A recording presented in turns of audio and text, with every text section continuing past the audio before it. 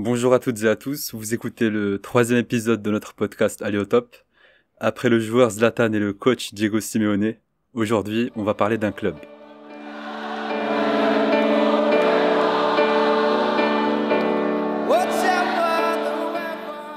Pour m'accompagner dans cette émission, j'ai le plaisir de vous présenter Stan de la team Outsider.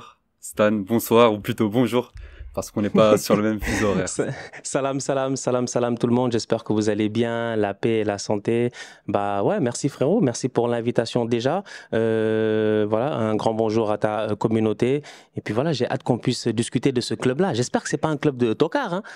Bah, ça tombe bien parce que le club c'est Arsenal, c'est ton club de cœur. C'est mort, c'est fini là. Ce sont des tocards, mais t'aimes ces tocards-là. Ils font partie de ton cœur. Ouais, non, après, c'est sûr qu'avec Arsenal, ça, tout le monde le sait, je pense, depuis quelques années, en fait, tu vois, c'est, voilà, depuis que je suis en ligne, et donc depuis que les gens, je partage un peu mes émotions, les gens, ils voient ce que je ressens avec ce club-là.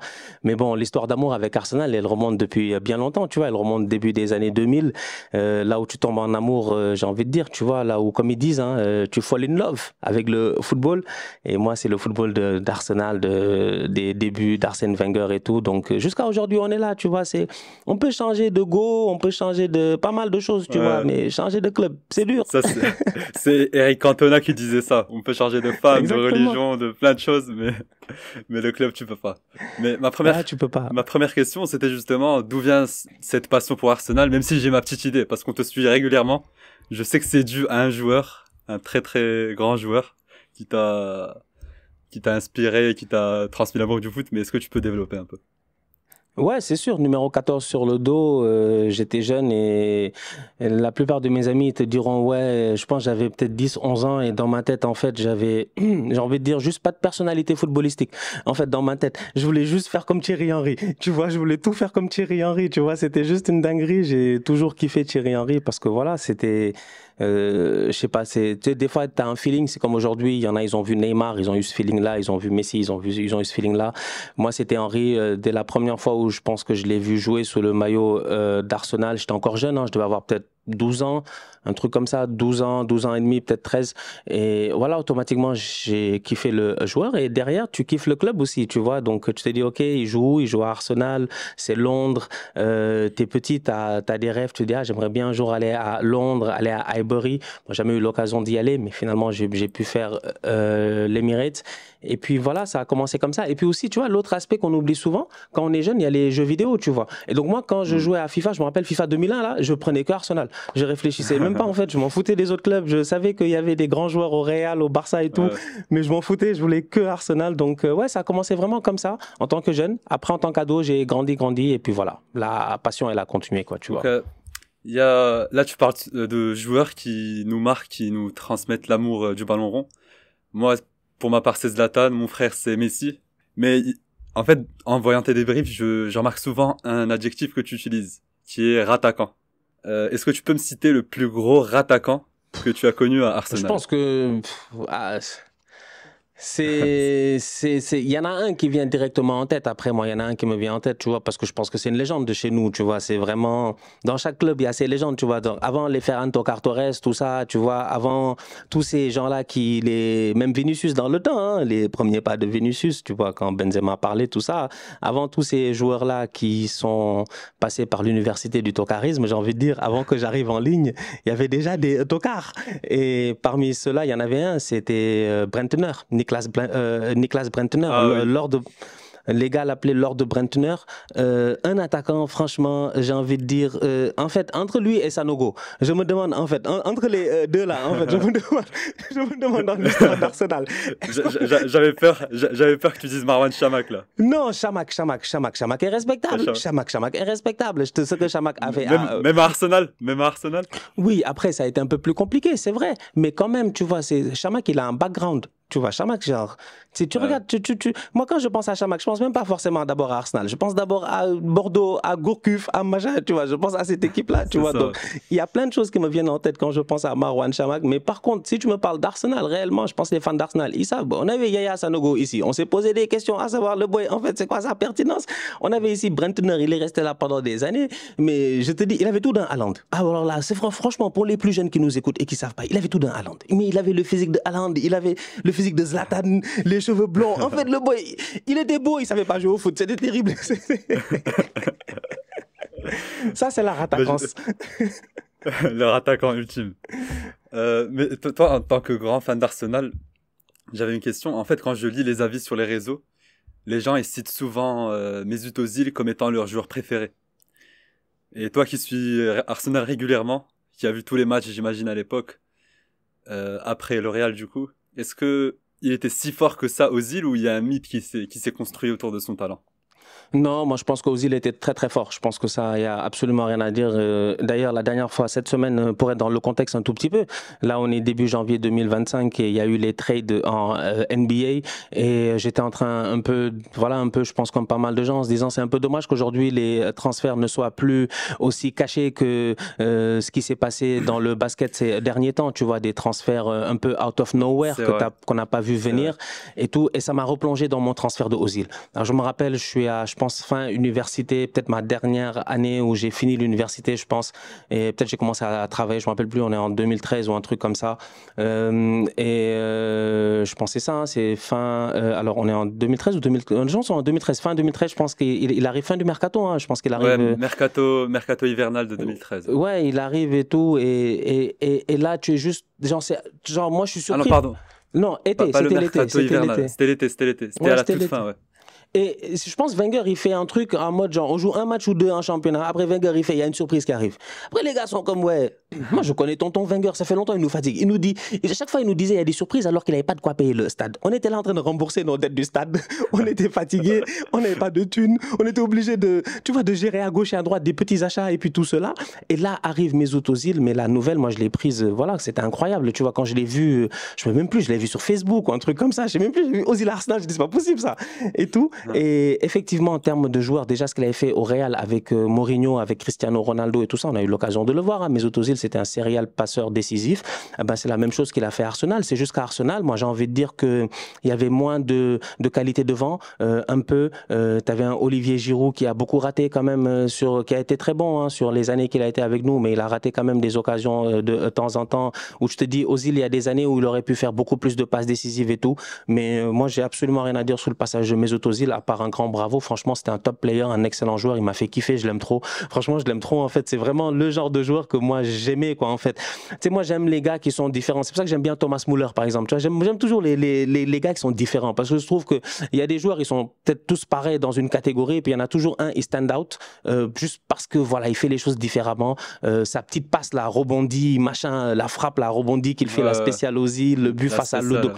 Ouais, le but face à Ludo Goretz et tout, moi je pense que ouais, c'est une légende. Hmm, Sincèrement, il y a absolument d'accord. rien à dire. Ouais. Non, c'est intéressant. Et je sais pas si je vais t'apprendre un truc, mais en 2000, il me semble 2014, t'as Cesc Fabregas qui veut quitter le Barça. Et il y a la rumeur Arsenal à ce moment-là. Et t'as Wenger qui se pointe en conférence de presse qui dit I don't want Cesc Fabregas. Pourquoi? Parce qu'il y a Ozil. Il y a déjà Ozil à ce poste-là et Wenger il considère qu'Ozil est intouchable. Donc là, je suis en train d'orienter ma question. Cesc Fabregas, qu'est-ce qui te vient à l'esprit quand tu penses à ce joueur-là? Tu compares Ozil et Fabregas aujourd'hui, je dis c'est deux joueurs différents, c'est des volumes de jeu différents, c'est des postes différents, c'est des évolutions différentes aussi, tu vois. Mesut Ozil, ça a toujours été ce numéro 10 fin là, passeur décisif, belle vision de jeu, tu vois que le gars vraiment il voit les choses à l'avance et tout. C'est pas le plus grand buteur, mais il en a claqué des buts aussi, tu vois, mais il est très très fin en fait Mesut Özil. Et ce que Mesut Özil a amené à Arsenal au moment où Arsenal en avait besoin, en fait, tu vois, c'est un moment où Arsenal manquait de créativité. C'est un moment où, parce que tu vois, les générations sont différentes. Fabregas, il a joué dans la génération dorée. C'est ça la différence en fait. Fabregas, il a joué dans une génération dorée, alors qu'Ozil, il a dû hustle un peu, tu vois. Fabregas, il joue avec. Fabregas, il commence en quoi? En 2003, je pense. En 2003, si je ne m'abuse, c'est une équipe où tu as absolument tout le monde. Tu as Dennis Bergkamp, tu as Thierry Henry, tu as Robert Pires, tu as Lundberg, tu as Vieira, tu as Sol Campbell, tu as machin, tu vois. L'équipe, elle est très très forte. Elle est solide. Ensuite, ouais, vas-y. Et le joueur, qu'est-ce qui t'inspire, Fabregas est-ce que c'est une légende du club d'Arsenal? Ouais, moi je pense que oui, sans aucun doute. Sincèrement, moi je le mets au statut de légende du club. C'est vrai qu'après il a gagné la première ligue avec Chelsea. C'est bon, tout ça c'est des choses on peut pas enlever, tu vois. C'est des choses on peut pas enlever dans la carrière d'un être humain, mais d'un Ouais, joueur de foot. tu fais bien de le dire parce que pendant mes recherches, là, j'ai vu que quand il est revenu à l'Emirates Stadium sous le maillot de Chelsea, il n'a pas été bien accueilli. Ouais, parce que Tu lui en as voulu, toi, pour avoir d'abord rejoint le Barça en 2011, sachant qu'il était capitaine. Puis ensuite Chelsea par la suite. Est-ce que tu lui en as voulu par rapport à ça? franchement, moi aujourd'hui, je me dis, je pense que j'essaie de prendre beaucoup de recul dans ma manière voilà, de voir les carrières des joueurs. Maintenant que, avec ce que je fais, j'ai l'occasion de parler avec beaucoup de joueurs professionnels, tu vois, de haut niveau, et je me dis, des fois ils font des choix dans leur carrière que nous en tant que supporters on pense comprendre, mais en réalité on comprend pas, tu vois. Donc c'est un peu ça, donc c'est pour ça moi je me dis aujourd'hui Fabregas, non, je lui en voulais pas vraiment, tu vois. Moi je prends ça très relax, je me dis c'est un professionnel, c'est un Espagnol, c'est un boy du Barça, il a envie de retourner au Barça, que veux-tu, c'est normal. Puis c'est un Barça qui brille, c'est le Barça de Guardiola, t'as Xavi, t'as Iniesta, t'arrives là-bas et puis l'autre il te fait jouer en faux neuf ou je sais pas quoi, tu commences à faire des trucs que nous-mêmes on capte pas en fait, tu vois. Guardiola lui était dans le turfu, tu vois. Donc tu regardes ça, t'es comme Fabregas, c'était le cobaye de Guardiola. non, il en faisait ce qu'il voulait. je te dis, il était incroyable Fabregas là-bas, il était trop fort. Donc ça j'ai dit que je peux pas lui en vouloir, franchement, c'est normal. Thierry Henry est parti dans ce Barça là, est-ce qu'on peut lui en vouloir? Il a gagné sa Ligue des Champions, c'est ce qu'il voulait. Moi en tant que fan d'Arsenal, je suis très content pour lui et très heureux pour lui parce que je savais que chez nous on pouvait pas le lui donner, tu vois. Si tu peux pas donner quelque chose à quelqu'un et que tu l'aimes, bah je lui souhaite de pouvoir aller le chercher autre part. Donc moi j'ai pas de problème avec tous ces choix là. Donc moi Fabregas pour moi légende, hein. Justement, Fabregas, pour moi, c'est un très bon miroir du travail d'Arsène Wenger à Arsenal. Parce que Wenger, à part Ozil et quelques rares exceptions, il est jamais allé chercher de grosses stars. Pour lui, c'était shipper les jeunes, les faire progresser jusqu'à devenir de grands joueurs. Et il a réussi à faire exploser Henry, Vieira, Pires, plein d'autres. Et pour toi, justement, Wenger, malgré le peu de titres entre guillemets qu'il a gagné, est-ce que il est à la table des plus grands coachs du style Guardiola, Mourinho, Klopp, etc.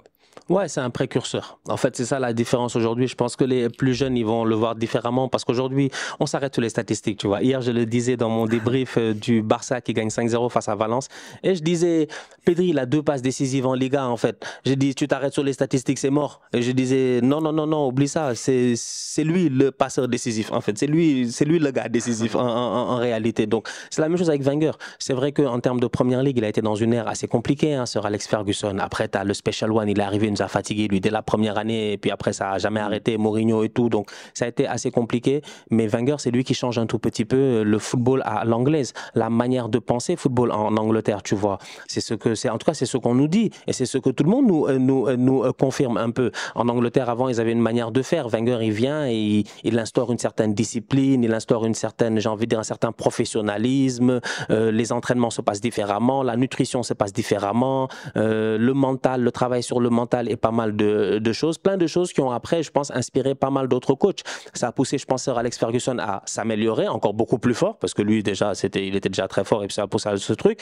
Et je pense que derrière aussi, ça l'a amené à vraiment créer des vrais stars en fait. Tu vois, ce football d'Arsenal là, ce football où il y avait la possession de balle, où c'est nous qui avions le tempo du jeu en fait. On dictait le tempo du jeu un peu 4-4-2 rapide. Moi je kiffais trop en fait, tu vois. Wenger c'était vraiment un football genre Highbury, mais Highbury on traumatisait les gens, c'était vraiment en fait Highbury, je pense qu'en réalité même peut-être le stade, est-ce qu'il faisait pas 50 mètres? En fait, je pense qu'on prenait les gars dans un plus, on les tapait là. tu fais bien de souligner ça parce que là en écrivant ma vidéo sur Fabregas, à un moment en 2007, t'as Fabregas qui explique que aller à l'Emirates Stadium, changer de stade, ça a chamboulé ses repères. Il a dit que pour faire des passes longues à l'Emirates Stadium, ça prenait 50 mètres, alors qu'à Highbury, ça prenait 30 mètres. Ah, gars, moi, Et d'ailleurs, il y a une saison d'adaptation, quand Arsenal se met à l'Emirates Stadium. En 2006-2007, après la finale de Ligue des Champions, tout ça, c'est assez compliqué. Hein. Jouer à domicile, ça prend du temps à s'acclimater, quoi. Bah, ça se crée. Et en plus, tu sais, comme on dit un peu chez nous, tu vois, voilà, toi, t'es marocain, moi, je suis sénégalais. On se connaît, en fait, tu vois, chez nous. On joue pas dans n'importe quel stade. C'est pas pour rien, les Algériens, tu arrives, ils t'amènent à Tchaker. Tu vois, ils sont pas fous. Ils t'amènent pas dans n'importe quel stade, tu vois. On se connaît, tu vois. Il y a toujours ce petit mysticisme footballistique un peu, tu vois, où on sait que voilà, c'est la maison, c'est le Real, le Bernabéu, là. Ils ont beau le construire, le reconstruire. Je suis sûr qu'il y a certaines parties qu'ils n'ont pas touché, tu vois. Donc, vous, par contre, vous avez abusé avec les lasers, vous, au Sénégal. Ouais, mais je sais. Nous, on était dans Star Wars. La photo de Salah, là, tu vois plus ses yeux, tu vois rien. Non, nous, on était dans Star Wars. Ce jour-là, fallait trop qu'on se qualifie pour la Coupe du Monde. C'était personnel. Non, mais franchement, ouais. Ça fait transition parfaite, là. La CAN, ça approche en fin de l'année. Ce sera au Maroc, chez nous. On ira voir Maroc-Sénégal ensemble, à Rabat. Je l'espère en finale, franchement, c'est ce qu'on souhaite. Hein. Franchement, moi, j'aimerais bien jouer. Nous, déjà, le Maroc, si on atteint les demi-finales, franchement, ce serait déjà pas mal. Après, c'est sûr qu'il faut réussir à un peu chasser ce... Vous êtes un peu maudit, j'ai envie de dire. Il faut réussir à chasser ça, mais il y a moyen. Il y a moyen. Vous êtes chez vous, il y a moyen de le faire. Vous avez une belle génération, vous avez une belle équipe aussi. Et puis vous avez appris la dernière CAN, c'est bien. La dernière CAN, ça vous a, tu vois, c'est un peu le genre de stay humble de Haaland là, tu vois. Genre vous savez que vous en fait, vous êtes sorti de la Coupe du Monde comme nous, le Sénégal, quand on est sorti de 2002, tu vois, c'était la même chose. On sort de la Coupe du Monde 2002, on est très chaud, on arrive en Tunisie. Bon, c'est vrai que le match, il y a pas mal de polémiques si on revoit encore s'il y avait la VAR et tout, mais on perd face à la Tunisie et tout ça, tu vois, et en quart de finale. Donc c'est assez tôt pour une équipe qui bat la France et qui fait quart de finale de Coupe du Monde en 2002 avec les El Hadji Diouf, les Fadiga, les Henri Camara, tu vois, tout ça. Donc je pense que c'est la même chose qui est arrivée au Maroc un peu. Ça vous a ramené sur terre un peu la dernière CAN. Maintenant vous êtes prêts là, vous êtes prêts, vous êtes chaud, vous êtes chez vous. Donc moi je m'inquiète. Hein. Ouais. Qui va pas s'inquiéter? Un pays africain qui organise une CAN chez lui. Ah, quand même, franchement, il n'y a que l'Égypte, ils ont déconné la dernière fois. Hein. Sinon, tu fais demi-finale minimum. Même les Camers, ils sont débrouillés, ils ont fait demi-finale. Là, une question un peu plus générale sur l'état du foot actuel. Le nouveau format de la Ligue des Champions, il a beaucoup fait parler. Il y en a qui disent 8 matchs en poule, c'est trop. Ancelotti qui est sorti là, qui a dit les barrages et tout, ça crée beaucoup trop de matchs, c'est pas possible à gérer. Toi, tu penses que tant que le foot procure plus de divertissement, est-ce que c'est aux équipes de s'adapter ou bien faut faire attention avec l'excès de match et ce que ça peut créer comme séquelles après? C'est compliqué Parce à que dire. souvent on dit les joueurs sont payés, sont bien payés, les droits TV sont de plus en plus hauts, donc c'est aux équipes de s'adapter, de faire tourner, quoi. Je comprends l'aspect business derrière, tu vois. La vérité, c'est qu'on est dans un monde capitaliste, faut pas qu'on se cache aussi, hein. C'est une réalité, je veux dire, voilà, c'est ça. C'est tranquille, c'est comme ça, c'est le monde dans lequel on est malheureusement. Ça a commencé avec la Super League déjà, où les gars, ils étaient entre grands clubs et tout, en se disant, bon, nous on va essayer de générer plus de profit, parce que ça fait pas de sens que l'UEFA, à la fin de l'année, la Ligue des Champions, machin, je sais même pas c'était combien, je sais pas, disons c'est genre 200 millions tu gagnes si tu gagnes la Ligue des Champions, alors que Goldman Sachs peut t'assurer, en créant ta Super League, de faire 450 millions juste à l'entrée. Donc il y a tellement de facteurs financiers, tu vois, qui rentrent en considération. Donc oui, moi je suis d'accord sur ce point-là, c'est pour ça que je dis qu'on est dans un monde capitaliste. Après vient l'aspect humain. Ok, on parle là de joueurs de foot, donc des êtres humains. Bon, c'est difficile en fait, ces êtres humains-là, d'en parler parce que chacun vit par rapport à ses émotions, tu vois. Donc il y en a qui ne se plaignent pas, il y en a qui jouent leur match pleinement, ils n'ont pas de problème, ils sont tranquilles, ils sont payés, ils sont bien, tant que ça joue, ça joue. Et il y en a qui sont un peu plus haut profil et qui enchaînent les gros matchs et qui se permettent après d'en parler. Personnellement, moi j'ai envie de dire aujourd'hui que je les comprends. Je pense qu'il y a trop de matchs. Nous, en tant que supporters, de mon point de vue, moi, c'est pour ça que je dis, bon, il y a pour moi, c'est genre tripartite, tu vois. Il y a le supporter, il y a le joueur et il y a l'institution, donc le business. L'institution et le business, son but, c'est de faire de l'argent. Il n'y a pas vraiment beaucoup de discussion par rapport à ça. Le joueur, c'est un être humain, c'est le produit, c'est l'acteur. Donc, est-ce que tu l'émousses, est-ce que tu le fatigues et tout ça? Nous, on est les spectateurs. Nous, on est là pour regarder et puis pour apprécier. Moi, je trouve qu'il y en a trop. Je sais pas pour toi, mais il y en a trop. En fait, tous les 2 jours, j'ai l'impression que j'allume la caméra tous les jours, je comprends pas. Hein. Tous les jours, je dois parler. Tous les jours, je dois parler. Je dis, mais c'est pas possible. Mais ils vont s'arrêter quand? Tu vois, t'as connu une manita avec Arsenal dimanche, t'as pas eu le temps de profiter. Même pas, j'ai eu le temps de Frérot, d'habitude, t'avais une semaine où tu marchais dans le quartier, tu te promenais, tu te dis on a gagné, tu vois. Là, même pas 48 heures après, on est venu, on a été éliminé de la Coupe. Donc ça s'enchaîne très vite. Je suis d'accord, et des fois, il y a des frayeurs, là. Hier, je sais pas si t'as vu le tacle d'un joueur de Valence sur Pedri. Oui, j'ai vu sur la cheville, là. Des fois, tu dis c'est dangereux de trop enchaîner, c'est vrai. Mais oui, franchement, moi, ça me stresse un peu. C'est pas que ça use les joueurs, c'est que ça multiplie le risque, en fait. Parce que quand tu joues plusieurs matchs, il y a plus de risques d'avoir un tacle dangereux. C'est comme ça. Et c'est ça. Franchement, je sais pas. Voilà. Je sais pas quoi faire. Hein. Franchement, je sais pas qu'est-ce qu'on devrait faire. Mais après, c'est comme ça. Tu vois, il y a la Coupe du Monde des clubs qui arrive. Donc, les compétitions vont augmenter. La Coupe du Monde est passée déjà. La Coupe du Monde normale, on passe de 32 à 48. Donc, il y aura juste plus de matchs. Donc, il faut juste essayer de, je pense, être plus dans la rotation, faire jouer plus de joueurs. Que certains grands joueurs acceptent aussi de diminuer un peu leur temps de jeu pour leur physique, pour pouvoir bien répartir. En fait, il y en a aussi qui veulent jouer tous les matchs. Ça aussi, c'est compliqué. Donc, ouais, il y a pas mal de choses qu'il faut essayer de faire. Mais ouais, je pense pas que ça va changer, malheureusement. Bon, pour finir, Stan, on va se mouiller un peu. Ouais, vas-y. On va faire les pronostics du gagnant de la Ligue des Champions. La première ligue, pour moi, c'est déjà fait. On va faire Liga. Première ligue. Écoute, faut pas m'enterrer vite fait. Hein. Il me reste encore quand même quelques moments d'espoir. J'ai envie de dire, tout est possible. Moi, comme j'ai dit, si Liverpool il perd un match, ils font un match nul et que nous derrière on rentre, on revient peut-être à 1 ou 2 points là, il y a moyen. Donc allez, vas-y, laisse-moi rêver. Tant que mathématiquement c'est possible. D'accord, on regarde la première ligue. Champions League, Première Ligue, Liga et Cannes. Ah ouais, c'est sûr que... On commence par la Champions League. On peut commencer par la Ligue des Champions. Je pense que cette année, franchement, entre toi et moi, allez, je vais faire 2 pronos à chaque fois. Je vais faire le prono du cœur et le prono réaliste, tu vois. Parce que le prono du cœur, c'est de te dire, ok, allez, on s'est débrouillé Arsenal pour être dans le top 8. Sur un malentendu et sur un parcours un peu intéressant, tu vois, où tu joues des adversaires qui sont peut-être de ton calibre. Si t'évites le Barça, t'évites le Real, t'évites l'Inter, même j'ai un peu peur d'eux parce qu'ils sont fatigants, tu vois. T'évites certaines équipes, là, il y a peut-être moyen, peut-être que tu t'ailles loin, on sait jamais. Donc je me dis, allez, vas-y. Mais le choix réel, je pense, cette année, j'ai un feeling que la Ligue des Champions, le Barça va la prendre. Je sais pas pourquoi, mais j'ai un feeling interne que le Barça va la prendre. Donc ouais, je pense que je dirais le Barça. Ouais. Moi, pareil, j'allais dire Barça. Pourquoi Barça? Parce que pour moi, le Barça met beaucoup plus d'énergie en Ligue des Champions qu'en Liga cette année. J'ai l'impression que dans la tête des joueurs, c'est devenu un objectif vraiment ça fait fort. 10 ans, hein. Ça fait 10 ans, donc... Et que la défaite qui a eu lieu l'année dernière face au Paris Saint-Germain, elle a vraiment fait mal. Elle a fait mal aux petits jeunes, là, à Yamal, à Pedri et tout. Rafinha aussi. Rafinha, en fait, cette défaite-là, pour moi, ça a été le début de sa rédemption. Parce que il avait sorti une top performance, il avait mis un doublé, il me semble, au match aller. Et à partir de là, il y en a qui ont commencé à dire il nous faut des nouveaux joueurs, des Nico Williams, etc. Donc, et là, il s'est dit I took it personal. je donne le max. Donc ouais, le Barça. Yeah. Et après le Real, on sait jamais.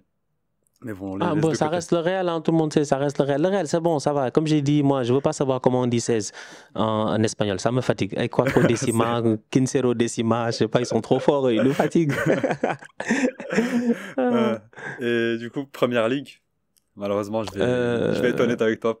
Moi, ce sera Liverpool qui a été premier toute la saison, là, depuis le début, ils sont premiers. Je les vois vraiment pas. Écoute, si je suis cohérent avec moi-même et si je suis cohérent avec ce que je dis en vidéo, normalement, c'est Liverpool qui gagne le titre, tu vois. Maintenant, moi, mon but, c'est de rester deuxième et puis d'espérer que ça motive le board pour faire les achats qu'il faut, quoi. Parce que bon, voilà, on n'a juste pas la profondeur qu'il faut, on a trop de blessés.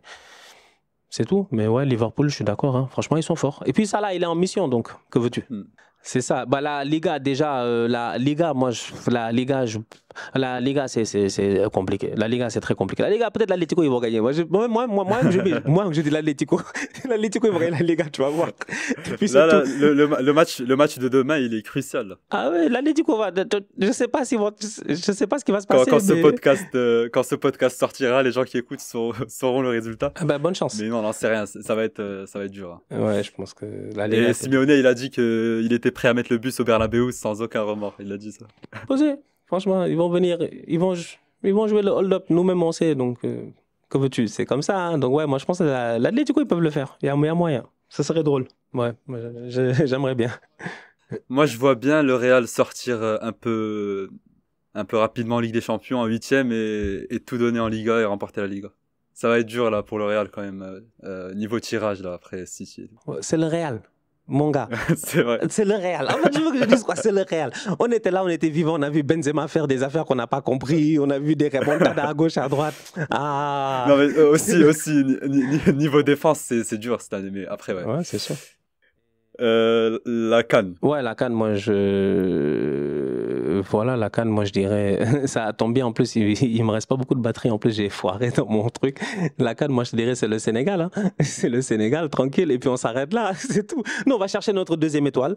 Vraiment, je veux une finale Maroc-Sénégal, ce serait cool parce qu'il y a vraiment une belle relation entre les deux pays, politiquement depuis très longtemps et tout, socialement, culturellement, religieusement, il y a plein de choses qui se font entre le Sénégal et le Maroc. Donc... Ok, tout ça c'est bien, mais il nous faut notre première CAN depuis 40 ans. Là. Ça, c'est votre problème. Ça, c'est votre problème. C'est les Moustapha Hadji qui devaient gagner. C'est votre problème, vous.